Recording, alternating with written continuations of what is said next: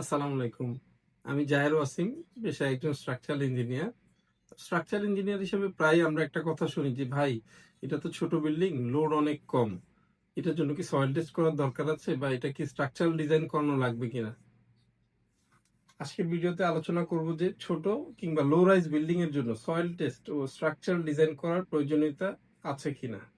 একটা বিল্ডিং এ ভূমিকম্প কতটুকু অনুভূত হবে তা মাপার জন্য গুরুত্বপূর্ণ একটা প্যারামিটার হচ্ছে বিল্ডিং এর টাইম পিরিয়ড বা মৌলিক পর্যায়কাল। এখন প্রশ্ন হলো, বিল্ডিং এর মৌলিক পর্যায়কাল জিনিসটা কি? ছোট বাচ্চারা যে দোলনায় চড়ে, সেই দোলনাকে ধাক্কা দিলে একবার দুলে আবার আগের জায়গায় ফেরত আসতে যে সময় লাগে সেটাকে বলা হয় দোলনার টাইম পিরিয়ড। এখন খেয়াল করলে দেখা যাবে যে অনেক সময় দোলনাকে ধাক্কা দিতে দিতে একটা পর্যায়ে দোলনাকে হালকা একটু ধাক্কা দিলে দুলে অনেক দূরে চলে যায়, আবার আগের জায়গায় ফেরত আসে। এক্ষেত্রে একবার দুলে আবার আগের জায়গায় ফেরত আসতে যে সময় লাগে সেটাকে বলা হয় দোলনার ফান্ডামেন্টাল টাইম পিরিয়ড বা মৌলিক পর্যায়কাল। আর এই যে হালকা ধাক্কা দিলেই দোলনা যে অনেক জোরে জোরে দুলছে, এই ঘটনাটাকে বলা হয় রেজোন্যান্স।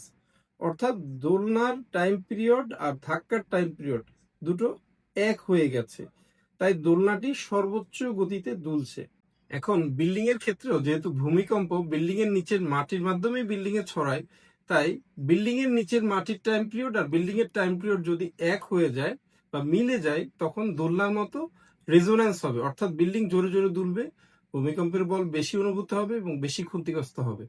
তাই বিল্ডিং যেই উচ্চতারই হোক না কেন, তার নিচের মাটির প্রকৃতি জানা খুবই গুরুত্বপূর্ণ। মাটির প্রকৃতি যদি জানা থাকে, তাহলে স্ট্রাকচারাল সিস্টেমকে টিউনিং করে বিল্ডিং এর নিচের মাটির সাথে রেজোন্যান্স এড়ানো যায়। 1940 সালের ক্যালিফোর্নিয়ার এল সেন্ট্রো আর্থকোয়েক, 1971 সালের ক্যালিফোর্নিয়ার সান ফার্নান্দো আর্থকোয়েক ও 2011 সালের নিউজিল্যান্ডের ক্রাইস্টচার্চ আর্থকোয়েকে দেখা গেছে যে মাটির টাইম পিরিয়ড ও বিল্ডিং এর টাইম পিরিয়ড এক হয়ে গিয়ে রেজোন্যান্সের কারণে অনেক বিল্ডিং কোলাপস করেছিল।